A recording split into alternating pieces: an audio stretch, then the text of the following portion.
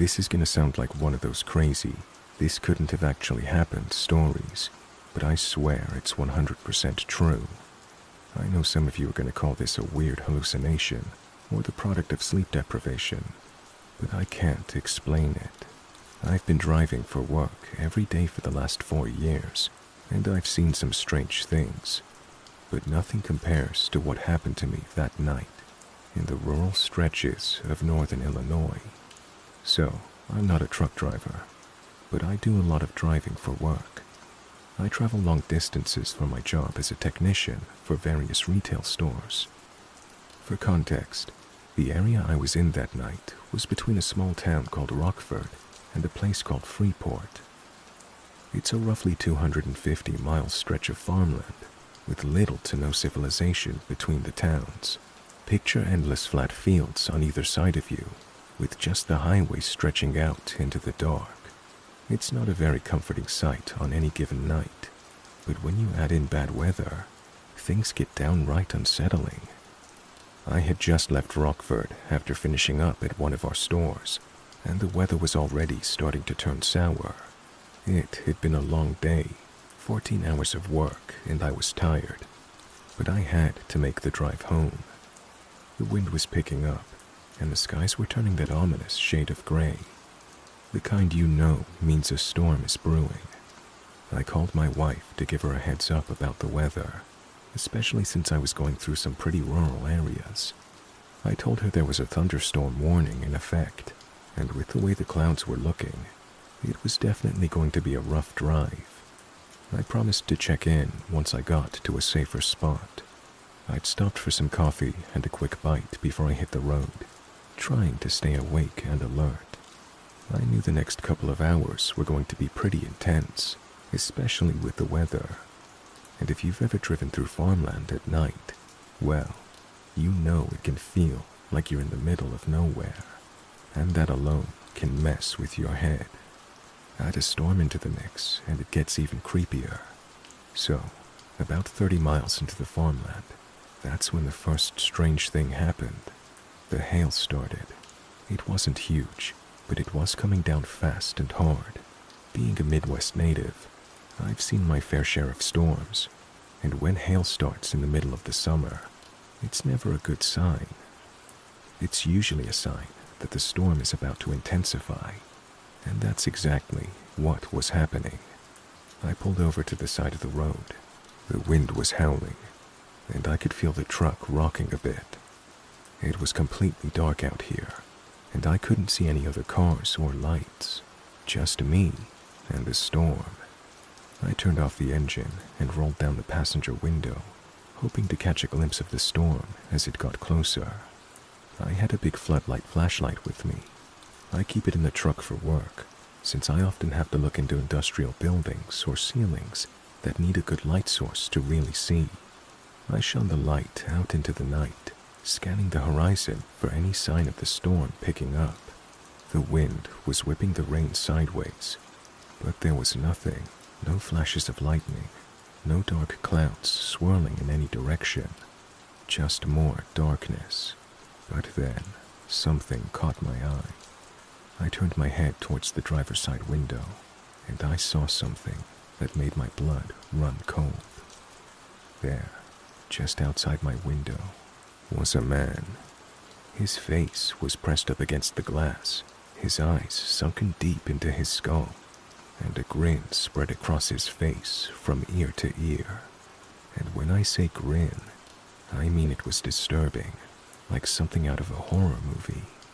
His teeth were crooked and uneven, almost like they were too big for his mouth. Like a Cheshire cat smile, but with a twisted, sinister edge to it.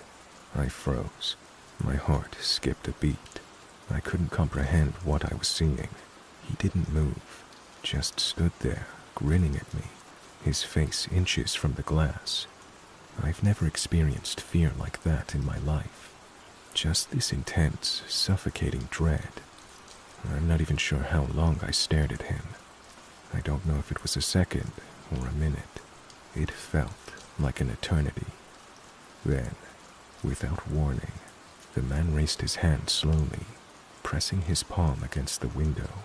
I could hear the faint sound of his breath fogging up the glass. But it wasn't just his breath. It was like he was trying to communicate through the fog, drawing something with his fingers. Slowly, methodically, he started to draw shapes. It was hard to make out what exactly it was. It wasn't like any normal shape, more like chaotic lines moving in erratic patterns that didn't make sense. And the whole time, that grin stayed there, frozen, almost like he was mocking me with it. I wanted to scream. I wanted to slam the truck into drive and get out of there, but I couldn't. My body wouldn't move. It was like I was frozen, stuck in this nightmare, unable to break free. The more I stared at him, the more I could feel the air growing colder around me. The man's presence felt unnatural, like he didn't belong in the world I was in. Then, just as suddenly as he appeared, he wiped the fog off the window with his sleeve, and in a flash, he was gone. One moment he was standing there, drawing on the glass, and the next, the space outside my truck was empty. I snapped out of my daze and floored it, tearing down the road, not even looking in the rearview mirror. I didn't care if there was another car or if I was speeding. I just needed to get away from that place. Once I'd gotten to a safer area, I pulled off at the first gas station I could find. I was shaking. I didn't want to freak out my wife, so I didn't tell her anything about the man.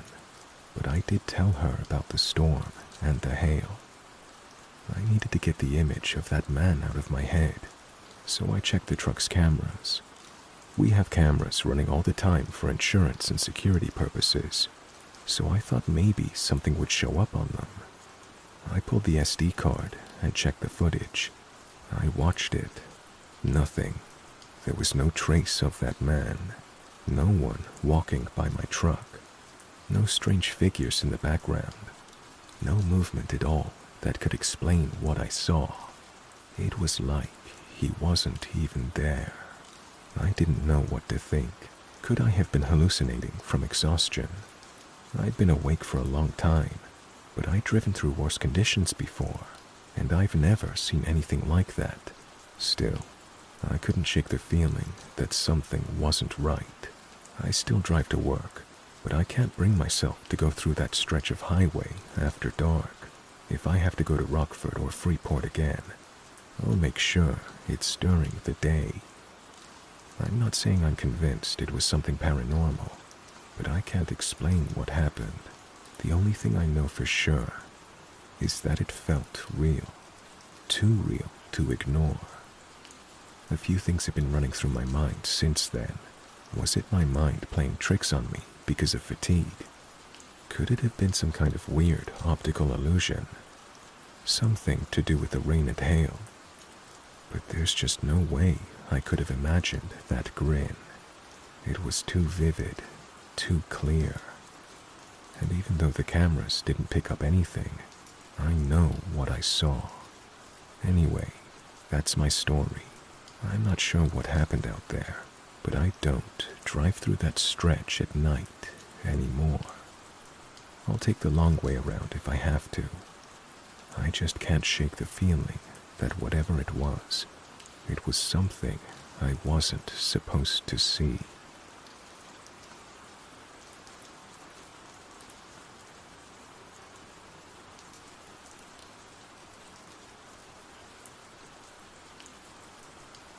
I told this story before, but one time I was driving with my girlfriend through Wisconsin on the way back home.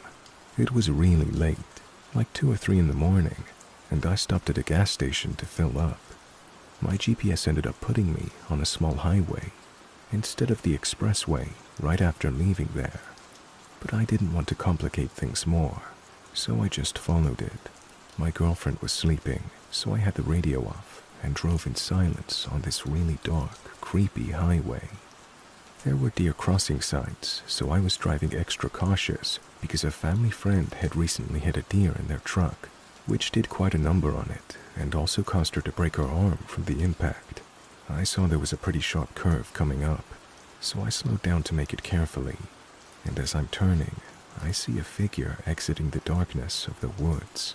It's a large mountain lion, with blood stained all over the front of its face.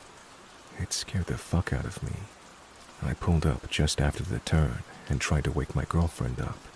I could see its large shadow make its way across the road in my rearview mirror, but by the time my girlfriend woke up, it was gone.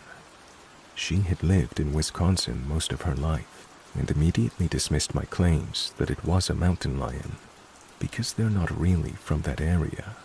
I told her I know what I saw, but she insisted that I was seeing things. I acted like she was probably right and continued to trip back, but I know what I saw.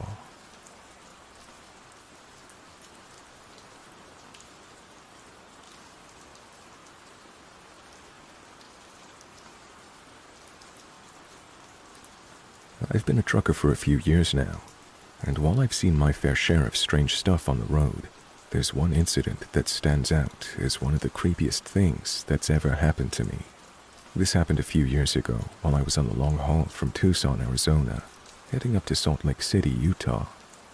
The main highway I usually take was closed due to a flash flood, so I had to take a detour through some pretty remote, winding mountain roads in southern Utah. This was already pushing me out of my comfort zone, but I've been driving for long enough that I don't let the isolation get to me. Still, this route, it was a whole different experience. Now, if you've ever driven through rural areas at night, you'll know what I mean when I say that complete darkness out there feels different, almost suffocating. You're surrounded by miles and miles of nothing. No streetlights, no towns for miles. Not a single sign of civilization. The kind of silence that's so heavy, you can almost feel it pressing in. And it was getting late, so I decided to pull off the road and get some rest before continuing on. The nearest town was over 40 miles away, and the area felt like the kind of place where, if you broke down, no one would come looking for you for hours. I parked my truck, turned off the engine, and decided to take a nap in my bunk. The stillness was almost unbearable, but after a long day of driving, I was exhausted and needed a break. I turned off the lights and laid there in the pitch-black darkness. It was dead quiet, not a single sound, except for the occasional creak of the truck settling. I drifted off, but it didn't last long. I woke up around 4 a.m. to the sound of something hitting my truck. It wasn't just wind or rain. It was like something was messing with the cables and the equipment between the cab and the trailer. These cables are just a few inches from where I was lying, and the noises were so distinct that I could hear each one of them. A tug, a scrape, a rattle. I tried to brush it off, but after a few more seconds, I heard something else. The sound of something heavy climbing onto the back of my truck. The whole thing shook. I'm talking like a couple 100 pounds worth of weight shifting around back there. At first, I thought it was a bear or maybe a mountain lion, but the more I listened, the more I realized this was different. By now, I was wide awake, heart racing and starting to panic. Whatever was out there was getting closer, and I wasn't in the mood to be dealing with a wild animal, especially not one that seemed to be trying to get into my truck. So, without thinking, I slammed my hand hard into the wall of the cab, hoping that the loud noise would scare whatever it was away. What happened next threw me for a loop. I heard a man scream. It wasn't a normal scream either. It was a terrified, blood-curdling shriek, like he was in pain or in a complete panic. The sound echoed through the air, and then I heard a loud thud, like someone had just fallen off the back of my truck. It wasn't just a soft landing, it was heavy, almost like they hit the ground hard. Then I heard voices, multiple voices, all shouting and calling out to each other, but not like normal people. These voices were strained, as though the people shouting weren't in full control of their words. I couldn't make out what they were saying, but it sounded like they were moving around my truck, getting closer. I was frozen for a moment, unsure of what to do. My heart was pounding in my chest, and all I could think was, who the hell is out there? I quickly grabbed the truck's keys, threw on the lights, and threw open the door. My headlights illuminated the area around my truck, and I was ready to bolt if I had to. What I saw wasn't what I expected at all. Standing in front of my truck, just barely visible in the harsh light, were a group of people, maybe 6 or 7 of them. The way they were moving sent a chill down my spine. They were all wearing dark clothing, but not uniforms, and their movements were stiff, like they were trying to be stealthy, but not doing a very good job of it. They didn't seem to notice me immediately, and when they did, they didn't speak, just exchanged a few glances. I could see that they were wearing headlamps, but they didn't seem like they were out for a hike or any normal outdoor activity. Their clothes were dirty and disheveled, and their eyes had a wild, desperate look in them. They were shuffling around, not walking, but almost dragging their feet like they were exhausted or delirious. "What the hell do you want?" I called out, trying to sound more confident than I felt. My heart was still pounding in my chest, and every part of me wanted to drive away. But I needed to know what was going on. We were told to check for abandoned vehicles, another one of them said, his voice trembling. "Secure them. Make sure no one's left behind." I blinked. "I'm not abandoned. I'm just resting." The group exchanged uncomfortable glances, and one of the women in the group stepped forward. She looked worn out, eyes wide with panic, like she hadn't slept in days. She opened her mouth to say something, but nothing came out, just a long, drawn-out breath. It was clear they weren't making much sense, and something was off about the whole situation. They were acting as though they were in some kind of trance, like they were all on edge, just barely holding it together. "You need to leave," the man who spoke earlier said again, his tone much more insistent. "Now." I had enough of this. I wasn't sticking around to figure out what was going on. I jumped back into the truck, slammed the door, and didn't waste another second.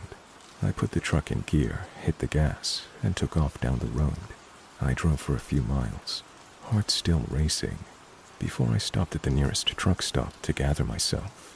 When I told the guys at the counter about what happened, they looked at me like I was crazy. They didn't know anything about a group of people out there, and when I mentioned that they seemed like they were part of some strange drill, they just shrugged it off. I haven't seen them again, but every time I pass through that area, I get a chill down my spine. I don't know who they were or what they were doing, but that night, I'm telling you, there was something off about them, and I don't plan on ever stopping there again, unless I absolutely have to.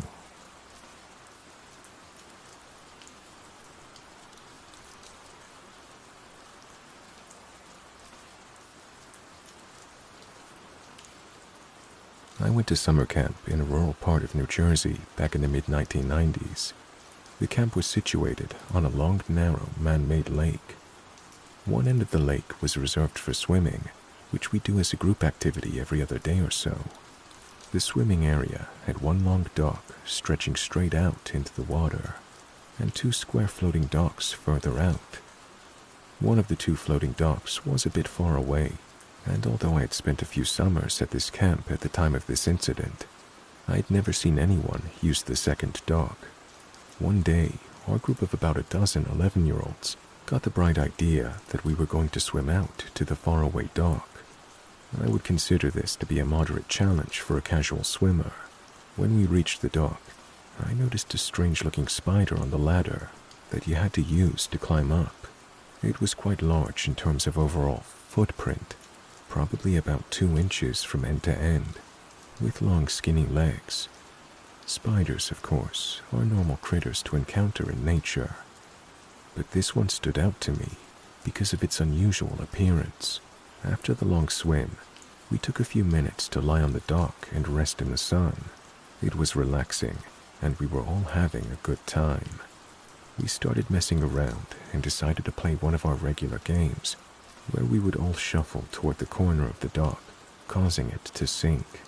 As the corner of the dock started to sink and fill with water, suddenly hundreds of giant spiders came frantically pouring out from between the boards, swarming over and around the feet of those of us who were still standing on dry ground. This dock was theirs apparently. We all immediately began to scream and jump into the water to get away, but the spiders were in the water too, and stuck to us as we swam. I remember the feeling of them clinging to my wet hair, fleshy bodies and long squirming legs hopelessly intertwined with my own strands. Adrenaline propelled us back to the main part of the swimming area, and by the time we got there, thankfully, we were spider-free. But this is a childhood trauma that lingers with me. I had not really been afraid of spiders before, but I would say this was a major turning point. The thought of us lying on the dock in the sun, completely oblivious to the horde that was lurking just inches beneath us, creeps me out to this day.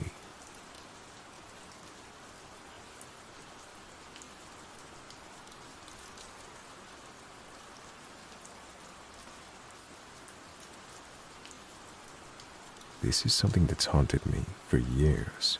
It's a memory I can't shake, and I've never quite been able to explain it. What happened on that stretch of highway in Montana still gives me chills every time I think about it. It all started when I was driving home from a work trip, taking that long, lonely stretch between Great Falls and Helena, Montana. If you've ever driven that route, you know it's a place that feels like it's on the edge of nowhere. It's the kind of road where the silence presses in on you, especially at night. There are no streetlights, just the open road and dark fields that seem to stretch on forever. It was around 3 a.m., and I was cruising along in my truck, trying to keep myself awake. It's the kind of drive where you end up talking to yourself just to stay focused, and you find yourself squinting into the darkness, trying to keep your eyes from closing. I had the high beams on, no other cars in sight, just me and the road.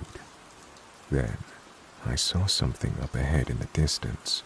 At first I thought it was a deer crossing the median, so I started to slow down, instinctively easing off of the gas.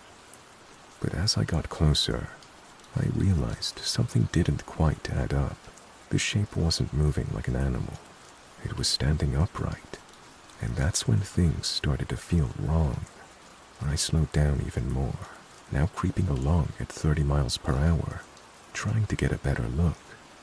I squinted into the night, and that's when the headlights revealed it. This wasn't a deer or any animal I'd ever seen before. It was a man. At least, that's what I thought at first. But as I got closer, I saw the figure more clearly, and I realized what was wrong. He was wearing blue coveralls, but it wasn't just his clothes that caught my attention. It was what he had on his head. I can't even describe it properly, but I'll try. He was wearing a goat mask. No, not a cheap Halloween mask. This thing looked real, like it was a part of him. It was a grotesque mask, shaped like a goat's face with long, curling horns. The eyes were the worst part. Wild, unblinking eyes that gleamed in the light, almost like they were alive. The mouth was twisted into a grin that was too wide, with sharp teeth visible through the dark gaps. I can't even explain why, but everything about it felt wrong. My gut told me to get the hell out of there, but I couldn't take my eyes off of him. The man, if you can even call him that, was standing still, his head tilted slightly, just watching my truck as I got closer. I've been on some pretty isolated roads before, but this was different. I could feel my heart starting to race, and the hair on the back of my neck stood up. Everything about this man in the goat mask was unsettling. Why was he out there? What was he doing standing in the middle of nowhere at 3 a.m.? There was no explanation for it. I swerved into the left lane, just trying to get some distance between the man and myself. But as I passed him, something happened that made my blood run cold. The man lunged at my truck. It was like something out of a nightmare. In an instant, he shot forward, hands reaching out toward the truck. He moved so quickly that I didn't have time to react. All I could do was slam my foot down on the gas pedal and get the hell out of there. My heart was pounding in my chest as I pushed the truck faster, not daring to look back. The whole time, I could feel my eyes locked on the road ahead, but my mind kept replaying what just happened. I didn't stop driving until I got to Helena, over 30 miles away. The adrenaline was still rushing through my veins, and I didn't feel safe stopping until I was in the city. When I finally did pull into a gas station, I took a moment to catch my breath.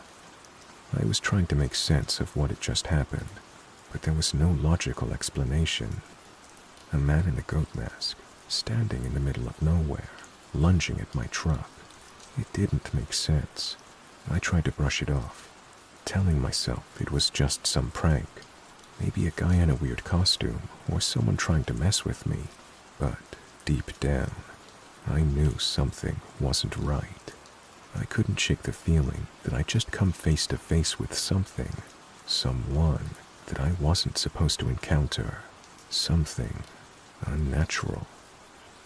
In the weeks after that night, I couldn't stop thinking about it. I tried to convince myself that I'd imagined it, that it was some trick of the mind brought on by the isolation of the road. But every time I drove that stretch of highway again, especially at night, the memory would come rushing back. It was like I could feel the eyes of that mask on me, even though I wasn't looking at it. I started avoiding that stretch of road whenever I could. I wasn't scared of the dark or the isolation. I was scared of what was out there. I didn't want to run into that mask again. And I'll admit, whenever I had to drive through that part of Montana at night, I would press the gas pedal a bit harder, just to get through it faster. I've asked myself about it over and over again. What was that guy doing out there? Why was he standing in the middle of the road wearing a goat mask? What did he want from me? Was it a prank? Or was there something more sinister going on? I don't know. And to be honest, I'm not sure I want to know. I've shared this story with a few people, but most of them just dismiss it as a weird encounter or something that my mind made up. But I'll tell you this, there was something about that night, something in the air, something in the way that man moved that makes me think it wasn't just a trick of the mind. Something happened out there, and I can't explain it. I'm not one to jump to conclusions, but every time I pass that stretch of road, I can't help but think about the man with the goat mask. I don't know what he was or what he wanted, but I do know one thing. I'll never forget the look in his eyes, and I'll never feel safe driving that road again at night.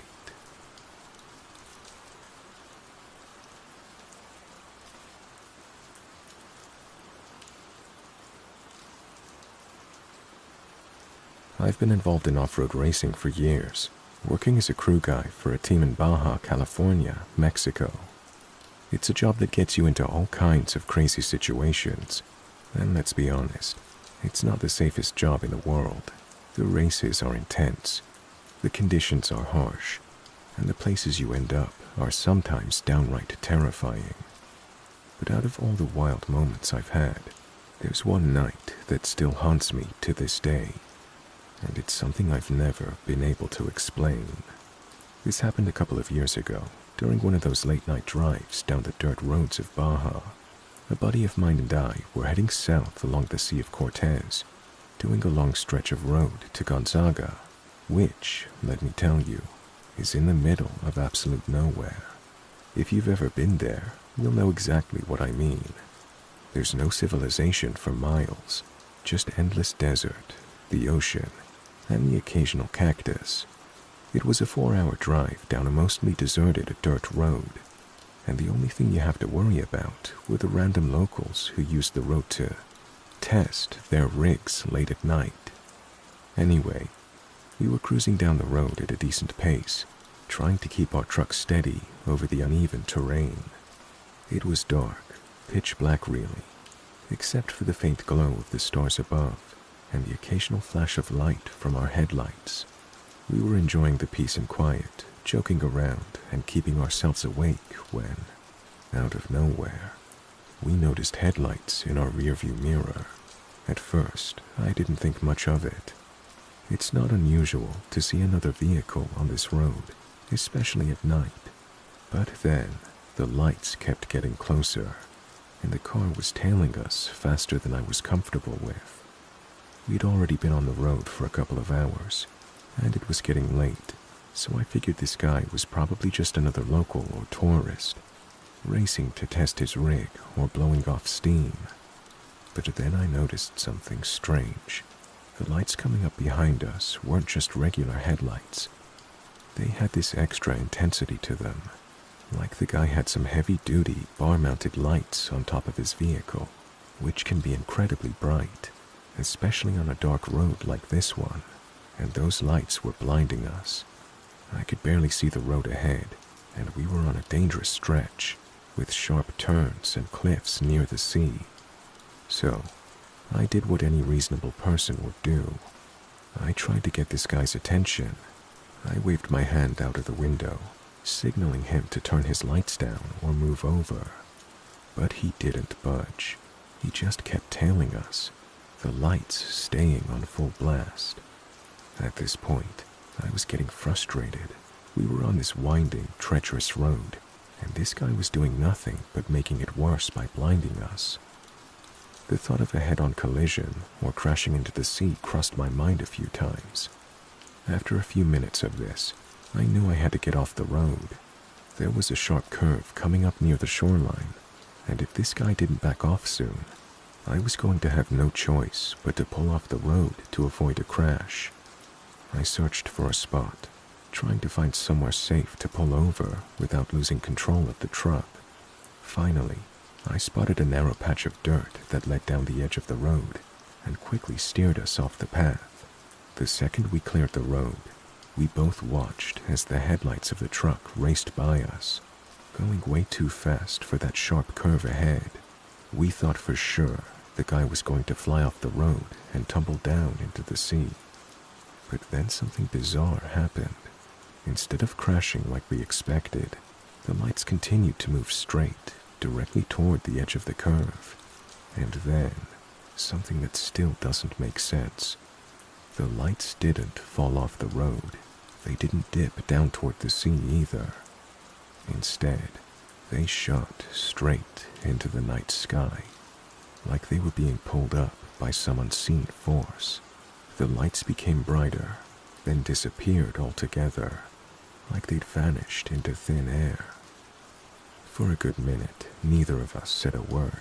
We just stared, both trying to make sense of what we had just seen. I don't know if it was shock, or if we were just too tired, but all I could think was, did we just see what I think we saw? My buddy was the first to speak up. "Did you see that?" he asked, his voice almost trembling. I turned to him, not really sure how to respond. The fucking flying truck," I said, half joking but half serious, because I honestly couldn't think of any other way to explain what had just happened. We didn't talk about it much after that. It was like the kind of thing that, even though we both knew what we saw, you just didn't bring it up. It didn't make sense. It couldn't have been real. I mean, how do you explain a truck going way too fast, just flying up into the sky and disappearing? and there was no way we could tell anyone else about it, not without sounding like we'd lost our minds. We didn't say anything about it to anyone else when we arrived in Gonzaga. We didn't even mention it to the other guys in the team.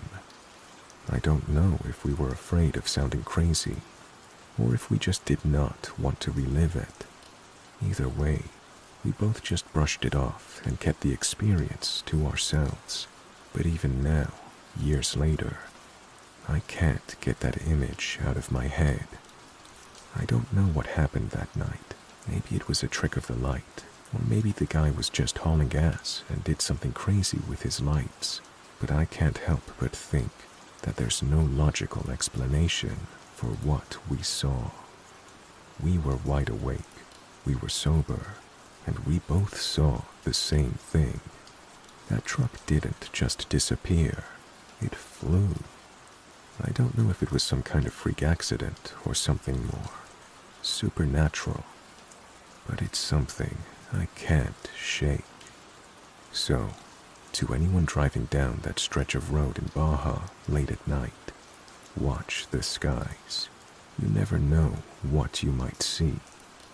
I'm not saying it's a flying truck or anything like that, but after that night, I can't help but wonder what else is out there.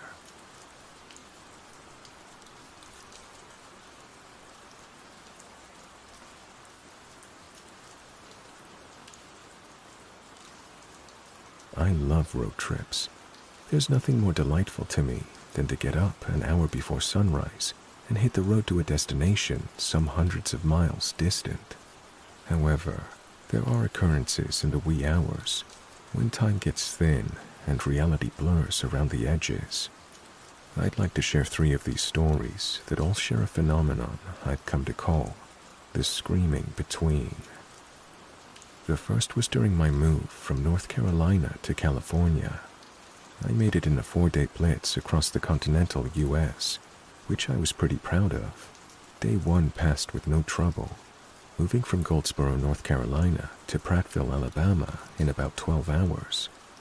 Day 2, I got all the way from Prattville to Baton Rouge, and I knocked off early to enjoy some beignets and gumbo. Day 3 was the day I heard it. It was about 4 in the afternoon, with a relatively clear day all around me. October isn't the hottest time in Texas, but my AC had quit working, so I had the windows down. V&V's Nation's Nemesis was blaring out of my shitty Honda Civic speakers when I heard a god-awful shrieking. It was like the sound of a big sheet of steel being torn lengthwise. In a panic, I turn off into a small pullout on the side of the I-10, and before I can even figure out what's going on, rain is hitting the car. A couple drops, then a torrent, and just ahead of me, where the road dips a bit, I see a runnel of water start. I look to my left, down to the south, and this massive thunderhead is pulling from behind a butte, and this wall of water is starting to pour across the road. I've never seen anything like it before, and I was stranded there a good 40 minutes as this flash flood poured not 20 feet ahead of my car across the road. The next time was a road trip to Idaho. From my new home in the Mojave, I took the route up through Nevada via Ambient in Vegas, figuring I could do the trip in about a day since the GPS predicted a 12 to 13 hour drive. The snow was starting to come down, as this was a Christmas trip, my favorite time of year to take journeys, visiting family and friends. I'd gotten roughly halfway there, around the town of Wells. It's honestly a bunch of truck stops and hotels, more of a stopover than a real town, and I was starting to get drowsy. I'd taken longer than expected due to a major traffic holdup a few hours before, and it was already pitch black around 11:30 p.m.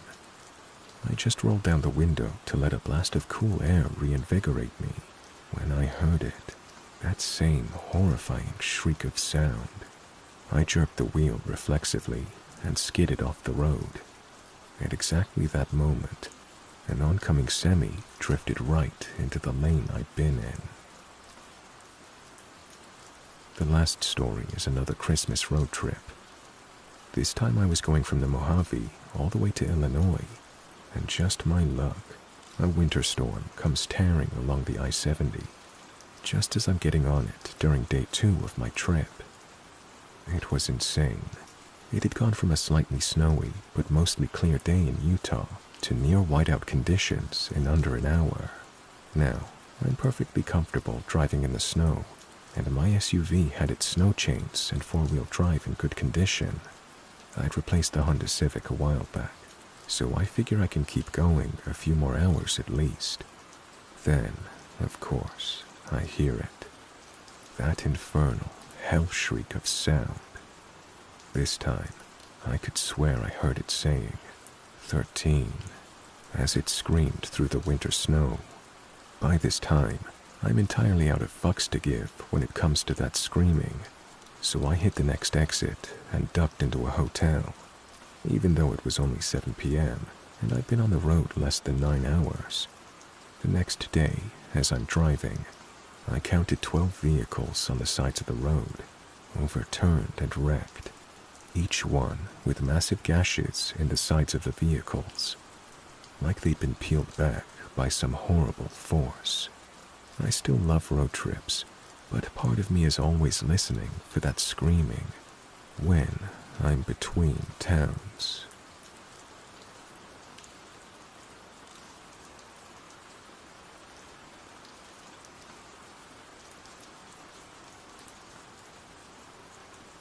During my summer, after 21, I could buy a beer, and there was a time period where I couldn't go back to college yet for my last year, so I would hike down to a sandbar by a local river. I'd hang out, read, drink a beer or two, and get a little sun so I didn't look straight up like Gollum. Sometimes my friends would join me, but I went there solo more often than not.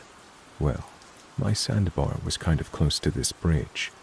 I say kinda, 'cause I'm far down the river, but it's tall as fuck so you can see it from far away. So, I'm sitting there drinking a beer and reading, when all of a sudden, several kids show up. They look about 18 or so, guys and girls. Well, they start jumping off the bridge. Fucking dumb, because this thing is huge. Anyway, I'm watching them jump off for a second, but this one long-haired guy doesn't come back up. I hear hollering and screaming. They drag him to the bank, and I finally notice he's got blood all down his face. He jumped and smoked one of the concrete support pylons of the bridge. The water was just the perfect depth so that you couldn't see it. Before I could even think, this paramedic truck was flying down the near hillside. I don't know if he made it. I'm inclined to think not. The next week, I decided I needed to go back there. I hoped the guy was okay, but at the same time, I didn't want my last time there to be that. Well, I didn't get a choice. When I went back, it was blocked by several highway dividers and had a no trespassing sign, which, to me, kind of confirmed what happened to him.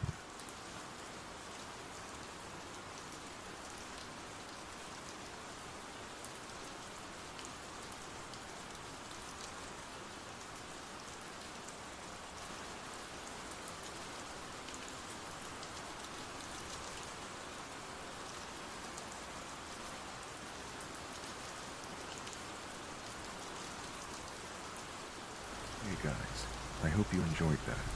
If you have a scary story you'd like me to read on the channel, please send me an email or post it to my subreddit. You can find details of this in the video description. It's the stories that make this, and this is the best way to ensure variety in the stories I share. Thank you all for listening, and a special thanks to my channel members and patrons who now have special access to ad-free videos and other behind-the-scenes content. Once again, thank you guys for listening. Have a great night.